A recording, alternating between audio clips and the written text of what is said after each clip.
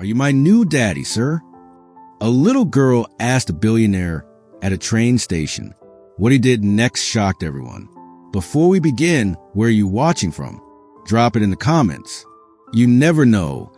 You might just find someone watching from the same corner of the world. Now, let me tell you a story. The air was cold that morning. The kind of chill that seeps into your bones and settles there. A thin fog hugged the ground as people bustled past the train station, rushing to jobs, appointments, lives that couldn't wait. But Ethan wasn't rushing anywhere. He sat alone on a weathered wooden bench, hands in his lap, eyes staring into the nothing ahead of him. His suit, once tailored and sharp, looked slept in. His face was clean-shaven, but tired, hollow, like the world had taken everything from him. And in many ways, it had. He had been a man with everything. Wealth, power, a name people whispered with either admiration or envy. But none of that mattered anymore. He came here often, this station, not to go anywhere, just to sit, to exist in a place where no one knew his story, where grief could hide behind the hum of passing trains. Then it happened, a tiny tug on his coat sleeve. He looked down, blinking once, twice, as if he'd imagined it. There stood a little girl, no more than 6 years old. Dark curls framed her face, her cheeks flushed pink from the cold. In her hands, she held a small, worn pink backpack, zipped halfway open. Her eyes, big, brown, and far too hopeful for someone so small, locked onto his. And then she said it. Are you my new daddy, sir? Ethan's heart stopped. People passed. Time moved. But in that moment, everything around him faded. It was just her, this small child, shivering, standing before him like the question she asked was the most natural thing in the world. Before he could respond, footsteps, rushed, frantic, echoed from behind. A woman, young, out of breath, tears in her eyes, came running toward them. She looked like she hadn't slept in days. Clothes wrinkled, shoes soaked, and a worry in her face that only single mothers seemed to wear. I'm so sorry, she cried out, scooping the child into her arms. She's been asking every man she sees since her dad died. Ethan said nothing, not because he didn't care, but because he couldn't. His voice just wouldn't come. The little girl, still watching him over her mother's shoulder, smiled softly, as if she knew something none of them did. He didn't know her name, didn't know her story, but something about her clung to his chest like gravity. And that backpack, that pink, innocent backpack, would soon reveal a truth that would change everything, because the little girl who asked for a daddy was already his. He wasn't always like this. There was a time, not so long ago, when the name Ethan Hale meant something. Boardrooms paused when he entered. Markets shifted when he spoke. He was a man behind one of the world's largest tech empires. A billionaire before 40. A genius. A builder. But most importantly, a husband. That's the part they don't write about in the headlines. They called him brilliant, ambitious, ruthless, even. But when she walked into the room, he was just Ethan. Her name was Isabel, not a model, not an heiress, just a school teacher with paint on her hands and laughter in her voice. She met him before the billions, before the private jets and mansions, and he never stopped loving her for it. Their love was quiet. No tabloid covers, no stage photos, just late-night takeout, inside jokes, and weekend road trips in an old Jeep he refused to replace. Together, they dreamed of family. But that part didn't come easy. Years of doctor visits, whispers behind closed doors, hope rising and crashing over and over again, until one day they made the choice to find a surrogate, a woman who would carry their child. They never met her. By design, anonymous, clean, safe. And then, just months later, Isabel was gone. A car accident, rain, a curve in the road. She never saw it coming. Neither did Ethan. The funeral was private. He buried her in the garden behind their home, under her favorite tree. After that, the world saw less and less of him. The empire ran itself. The headlines shifted. And Ethan, once the man who couldn't sit still, found himself doing just that. Sitting, watching, drifting. He stopped going to meetings. stopped answering calls, stopped caring about the numbers in his accounts, or the stocks, or the strategies. He became a ghost in a city that used to fear him. And every morning, he came to that train station, not to escape, but maybe, just in case something worth staying for happened to walk by. He didn't know what he was waiting for, until a little girl tugged his coat and asked if he was her new daddy. And suddenly, he wasn't a ghost anymore. She was only 6. But life had already asked her to grow up faster than most. Her name was Lily, the kind of child who noticed everything.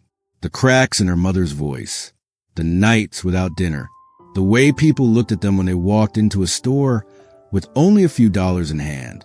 And yet, she still believed in magic, not the fairy tale kind, the real kind, the kind her mother spoke of late at night, with her arms wrapped tightly around her.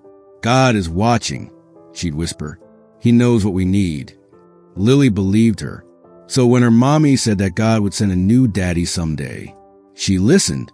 Every morning, she'd tie the laces on her worn sneakers, swing her pink backpack over her shoulders, and hold her mother's hand as they walked to wherever that day's job or errand took them.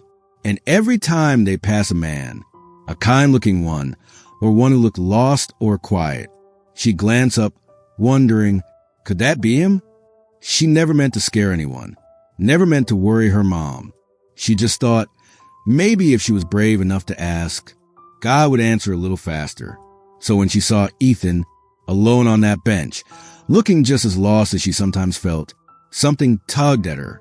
Not fear, not nerves, just hope. She stepped toward him, her little fingers tugging gently at his sleeve. And then she asked the question she'd asked before. But this time, something felt different. Are you my new daddy, sir? He looked at her, really looked, not with pity, not with confusion, but with something else, something that made her feel warm inside. Behind her, she could hear her mom's footsteps, rushing, worried, familiar. She didn't turn. She just waited, watched him, because somehow she knew that question this time was going to change everything. And it did, but not just for her. Her name was Sarah, and in that moment, she was running like her heart might stop if she didn't reach her daughter in time. The station echoed with her footsteps, loud, frantic, desperate. One shoe slightly untied, hair tangled from wind and worry, eyes scanning faces like her life depended on it. Because it did. Lily was gone. Just for a moment, she let go of her hand to pay for a coffee. Just for a second, but that's all it takes when you're a single mom running on fumes and borrowed prayers. And now she was weaving through strangers, calling Lily's name like it was the only word that mattered. Then she saw them, the little pink backpack, the man on the bench, and Lily, standing in front of him, asking that question again. Sarah's chest tightened. That sentence, that innocent, impossible sentence. Are you my new daddy? It broke her every time. She reached them, breath catching, voice cracking as she called out, I'm so sorry. She scooped Lily into her arms, holding her close like the world might try to take her away. She's been asking every man she sees since her dad died. Her words spilled out in pieces, ashamed, exhausted, not just from running, but from everything, the long shifts, the late bills, the way people looked at her like being alone was a choice. Ethan looked at her, stunned, not offended, not annoyed, just stunned. There was something in his face she didn't understand, something quiet, something familiar. She stood there, clutching her daughter, ready to apologize again. But he didn't speak. He didn't scold, didn't shake his head or walk away like so many others had. He just looked at Lily, then at Sarah, as if some invisible thread had just pulled the three of them together. Sarah didn't know it yet, but the man her daughter had chosen by accident had been tied to them by fate all along. They could have walked away. Ethan could have stood up, nodded politely, and disappeared into the crowd, back to his silence, his mansion, his emptiness. And Sarah could have taken Lily by the hand. Another awkward apology, another stranger confused by her daughter's innocent question. But something made them linger. For a moment, no one said a word. the sound of the train rolling in, the wind rustling through the station, and 3 lives frozen in a strange kind of stillness. Then Ethan did something unexpected. He knelt, slowly, so he was eye level with Lily. "You like hot chocolate?" he asked softly. Lily's eyes lit up. Sarah tensed, her instinct to protect rising fast. But something in Ethan's voice, calm, careful, not patronizing, eased her just enough to stay still. They sat together on a bench. A billionaire, a waitress, and a little girl with a pink backpack, and no idea what she just set in motion. He bought Lily a hot chocolate from the corner kiosk. Extra marshmallows. She beamed. And Sarah, well, she didn't say much. Didn't know if she should. But Ethan noticed. The worn soles of her shoes. The sleeve she kept tugging over the tear in her coat. The way she gave Lily the bigger half of the shared muffin. Even though she hadn't eaten all day. She didn't ask for help. Didn't even hint at it. And maybe that's why he offered. "Can I give you 2 a ride home?" Sarah hesitated. Because people like him didn't offer things without expecting something back. But Ethan didn't look like a man who wanted anything at all. Only to not be alone. So she nodded. They walked to his car. Lily's tiny hand wrapped in Ethan's without a second thought. And as Sarah climbed into the passenger seat, she glanced sideways at this man, this stranger, with sadness behind his eyes and a silence that didn't feel heavy. She didn't know his name. He didn't know hers. But something about it felt oddly safe. 2 paths, never meant to meet. And yet here they were, side by side. And just behind them, in the back seat, Lily sipped her cocoa and whispered to herself, "See, Mommy, I told you God would send someone."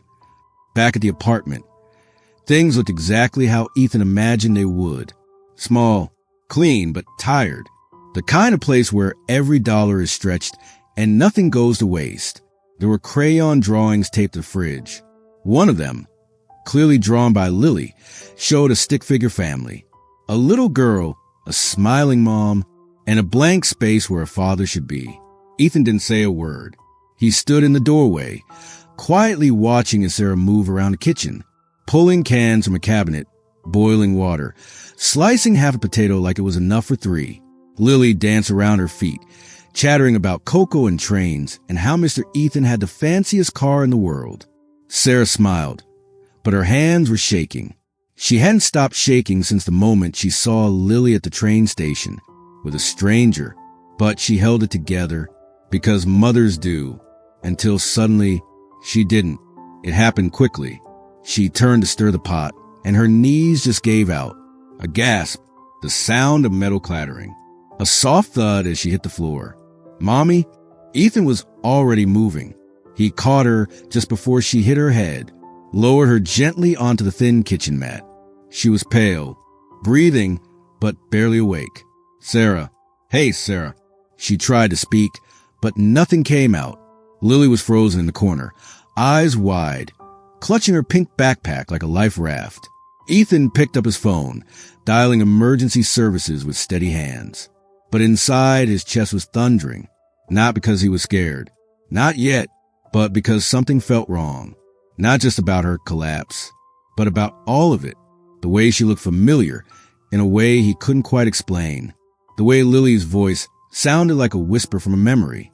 He sat on the floor beside Sarah, waiting for the ambulance, his hand resting on her arm, his eyes wandering to the backpack that now lay beside Lily.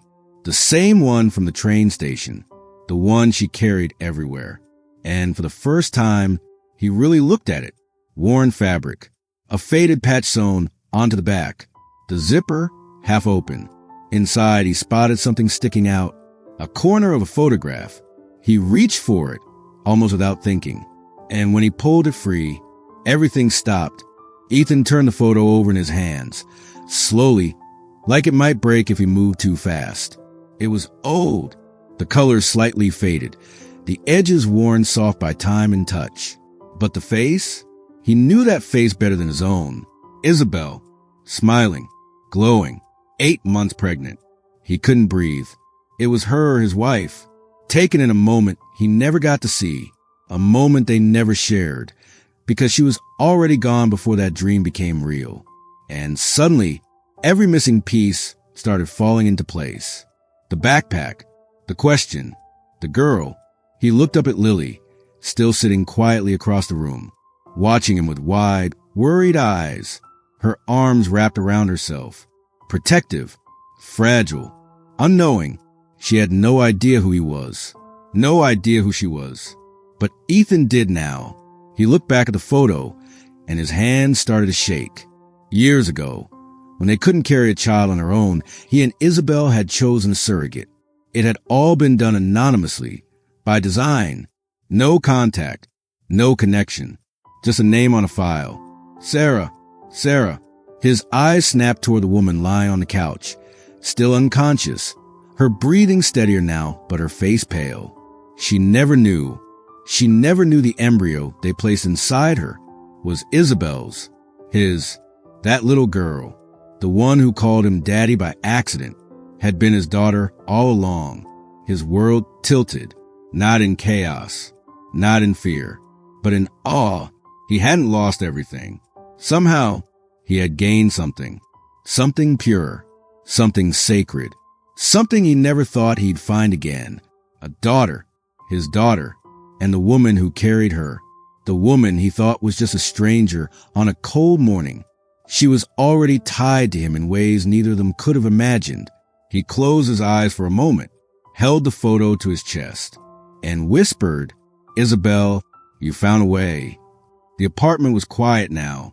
The ambulance had come and gone. No sirens, no panic, just a simple checkup, fluids, and the advice Sarah had heard too many times before. Rest, eat more, take care of yourself. As if she hadn't been trying. She was lying on the couch now, a blanket over her shoulders, eyes fluttering open, slowly adjusting to the soft light in the room. Lily had fallen asleep in her arms, her tiny frame curled against her chest. Ethan sat across from them, the photo still in his hands. He waited until Sarah's eyes met his. And then he spoke. "I need to tell you something." His voice was calm, but there was something behind it, a kind of tremble that didn't come from nerves, but from the weight of what he was about to say. Sarah blinked, unsure. "What is it?" she asked, gently brushing Lily's hair from her forehead. Ethan stood, walked slowly over, and knelt beside the couch. He held out the photo. She took it, then stared, confused at first. Then her breath caught. That's your wife?" He nodded. "My late wife, Isabel." Sarah's eyebrows drew together. This was in Lily's backpack. Another nod, and then a pause. He looked her in the eyes, steady now. "Years ago, my wife and I tried to have a child. We couldn't, so we used a surrogate. Everything was anonymous. Sealed records. We never met her. We never knew her name." Sarah's expression shifted. Slowly, painfully. Realization crept in like a slow sunrise.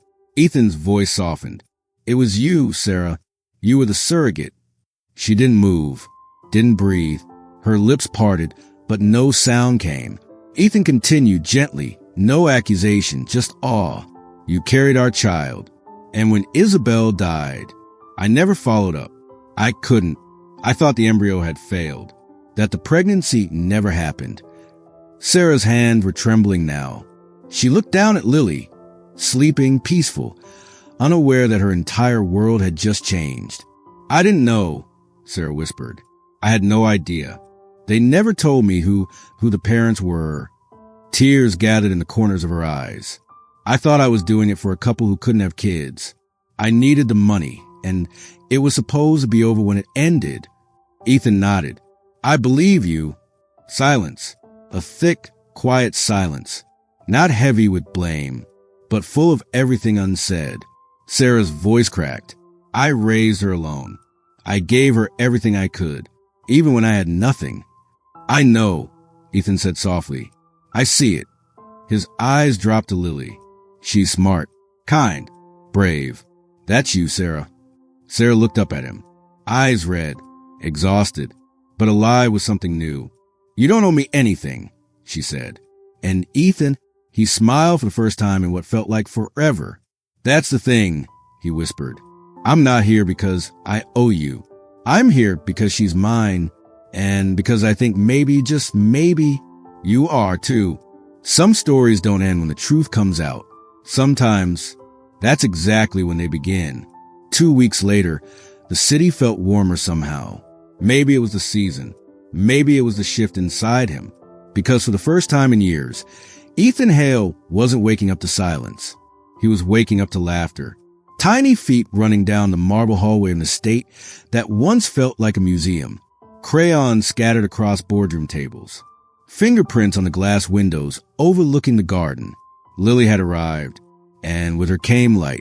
And Sarah, she tried to resist at first. She offered to stay in the guest house, said they didn't want to disrupt his life. But Ethan shook his head and told her the truth. You're not disrupting anything. You're bringing it back to life. It was awkward at first. Of course it was. She wasn't used to chandeliers and full-time chefs. He wasn't used to someone standing beside him in the kitchen, humming while slicing apples for Lily's snack. But slowly they adapted to breakfast together, to bedtime stories read by two voices instead of one, to finding each other in the quiet moments after Lily had gone to sleep and the house was dim and peaceful. Sarah still flinched when offered help. She still packed small snacks in her purse out of habit, still checked price tags, even when she didn't need to. And Ethan, he still caught himself expecting silence after every laugh, still touched his wedding band, still whispered Isabel's name on the garden bench when no one was watching. But something beautiful was unfolding, not a replacement, not a fix, a beginning. One morning, Lily came skipping into the kitchen, holding a drawing, a new one, 3 stick figures, one with curly hair, one in a tie, and one with green eyes and a smile. Above it, in big, shaky letters, "My family." Ethan read it, then looked at Sarah. She didn't speak, just smiled quietly, softly, and for the first time in a long time, without fear. And for the first time in even longer, he smiled back. The house was still. Night had settled over the estate, blanketing every room in a calm, golden hush. Lily was asleep upstairs, curled up in a bed twice her size, her pink backpack resting beside her like a loyal friend. Ethan stood by the window, staring out into the garden. The moonlight traced the outline of the old oak tree, the one where Isabel was buried. He visited it often, not to grieve anymore, but to feel close. Behind him, soft footsteps approached. Sarah, wrapped in a cozy sweater, a mug of tea in her hands. She didn't say anything at first. She didn't need to. She simply stood beside him, shoulder to shoulder, and looked out with him, two souls quiet in the same memory. Ethan finally broke the silence. "She used to sit right there," he said, nodding to a bench under the tree, "every Sunday morning. Same tea, same blanket. She said the garden made her feel like she could breathe." Sarah smiled, eyes soft. "I can see that," she whispered. He turned to her then, really looked, for the 1,000th time, and yet somehow as if for the first, and softly, like the memory had just floated to the surface, he said, "You have her eyes." Sarah looked at him, startled just a little, then quiet. "They're green," he added, "but not just green. There's this gold around the center." She always said it looked like sunlight caught in glass. Sarah didn't respond with words. She just looked down for a moment, and when she looked back up, her eyes shimmered, not with sadness, not even with surprise, but with understanding. Because some things don't need to be explained. Some things just find their way back to you, even if it takes a lifetime. He reached for her hand, and for the first time since Isabel's name had been spoken aloud, he didn't feel like he was losing anything. He felt like something was beginning, not just for Lily, not just for Sarah, but for him. Some stories aren't loud. They don't come with explosions or perfect endings. They unfold quietly, in train stations, in small kitchens, in the spaces where grief and grace meet. This was one of those stories. A little girl with a pink backpack, a mother who never stopped fighting, and a man who thought he'd lost everything, until love found its way back to him, in the smallest, most unexpected form. It's strange, isn't it? How life can stitch people together through heartbreak, through chance, through something as simple as a question from a child. Are you my new daddy, sir? Maybe it was just innocence, or maybe it was fate. Whatever you believe, this story reminds us that healing doesn't always come the way we expect. Sometimes it comes as a second chance, wrapped in crayons, cocoa, and quiet courage. Now I'd love to know, what would you have done if you were Ethan? Would you have walked away or stayed like he did? If the story moved you, please consider liking, subscribing, and sharing it with someone who needs a little hope today. And if you're ready for another unforgettable story, stay tuned, because sometimes the smallest moments hide the biggest twists.